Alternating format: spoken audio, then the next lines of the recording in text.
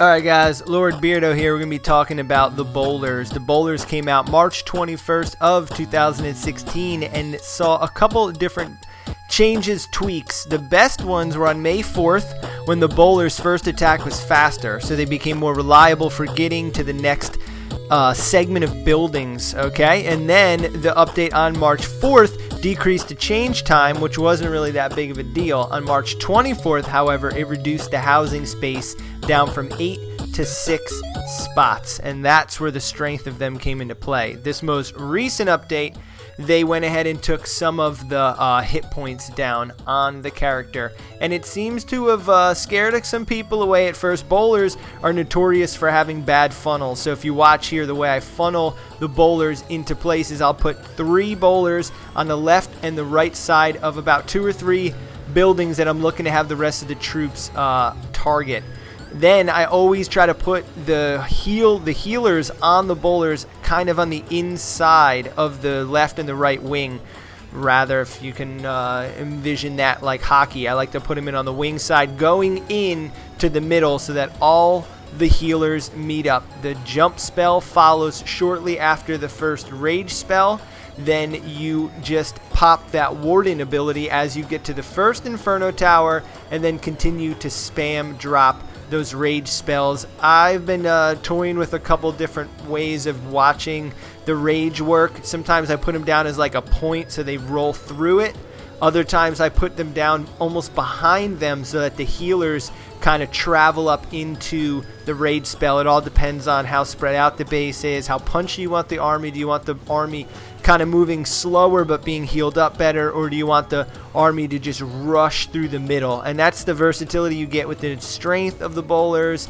That's the versatility you get when you're playing with these Dark Elixir army troops, which brings up a topic of conversation, and that's the nerfing still of the miners, because that allows people to, well, it used to allow people to farm for Dark Elixir without using a troop that's heavily Dark Elixir. So full bowlers, very expensive, but it's going to be great for war. It's going to be great for pushing. It's going to be great for challenging your friends and beating them up a little bit.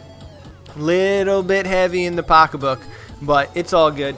I've been messing around with half miners, half bowlers, and that worked out pretty well. Maybe I'll try to bring some of that raid. I thought that raid was kind of toast. I don't usually do the queen walk with it, which changes it for me. I like the bull rush bases. It's kind of fun. I like the adrenaline of it, not waiting, making sure my queen is, you know, hitting things on the outside, this and that. But all raids kind of have different preferences. As we get into the second raid here, and in the third raid, actually a little bit of a close call where I don't get the 3-star, but it was just a fun raid all around. Now you'll see again, I put those 3 bowlers each left and right side with the 2 healers, drop the giants, spam drop the bowlers, then goes the heroes, rage up hopefully the wall breakers. That's where you're trying to time up raging that first wall, those 3 wall breakers with the first set of bowlers. They get through, drop the jump, pop the warden ability, bum rush the middle, drop the heal spell again on the left hand side in this scenario, and then you'll see I'll probably end up saving this one a little bit later through the raid because we have so much of the back of those healers getting charged up, and then I recharge up the healers to get the strength for the queen. I want the queen to be able to stay alive through all the mayhem, just rushing around these donut bases a little bit. These bases are perfect and prime for 3-starring with the bowlers as long as your heroes are, you know, relatively high. In these raids really do, they take a bit of time. There's definitely a long finish in the end where you're just waiting to see if your bowlers are going to have the strength or if some of your heroes have the strength to finish it up. And the bowlers, you know, they survived this most recent update, which is a really cool thing. I feel like the bowlers are a very interesting and incredible troop to the game, allowing that ball to fly over the top of the walls on that second break and hit a more medium distance kind of attack is something that I feel like they need to incorporate with the air. I think they're trying to do it with the baby dragon, and it's working out rather well. But it's good to have a mid-range attack. We have long range. We got a lot of short range. The mid-range is definitely really good. I think they did a good job with the bowler. I think they're really holding on to You know, the fact that they like to ground and pound armies a lot. You'll see that last building right there gets real close to keeping this raid from being 100%. And sometimes it's like that. You know, if I held on to maybe 1 minion or 2 minions in the end, I could save myself from these last couple buildings that need to be taken down.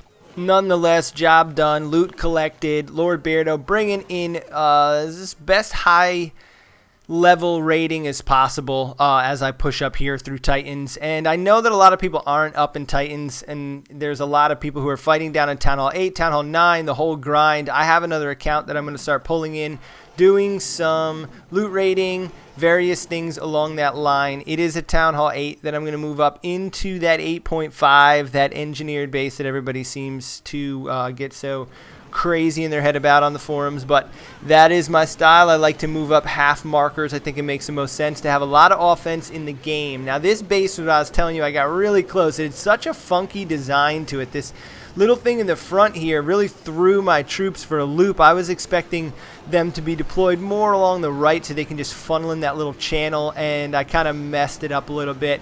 The miners come out. See, I put a quick rage spell down. I'm already using the Warden ability. The troop strength is so strong with these boulders, though, that it keeps me alive through the better portion of this raid. This is more of the, I guess, like the rank of base that I'm kind of at right now. I got some better Infernos, and I had the level 2 Eagle Tower and such. So a little bit higher defensively, but this is more the matchup that my base kind of sits at. He's going through these walls rather well. So this was a fun raid. Good to see you gauge me properly as to where I'm at. Some of these other raids, the bases kind of have their expos down and various things down like that. So I like to see when I'm pushing in Titans, when I'm moving up, I like to see what kind of bases hold me back. These little tight-knit bases that my army gets caught out inside. I either need a second jump spell or potentially this clone spell. I've been reading really cool things about this clone spell. I realized I did throw it in for 1 upgrade level already. Threw it in today to go to its level 3. I'm not sure if it goes to 4 or 5, but I'm going to push to get that clone spell done, because if you drop the clone spell in the boxes, like just the end of the clone spell, it'll pick the troops up and put them in the next box for you, and that is cool. And they're a lot stronger if you can put that clone spell down, make them invincible, and rage them at the same time. That brings a whole bunch of bowlers into these raids. That might be the saving grace from this update, to give the Town Hall 11s a chance to be able to 3-star again. I know everybody likes to see the Town Hall 11s 2-star, but as a Town Hall 11, the game is just fun to 3-star. Not just because you've been playing it for 3 years and your base should survive it. It's like you work your way through it, but it's still good fun to have great attacks as much as possible. So, Lord Beardo out, guys. Catch you lates.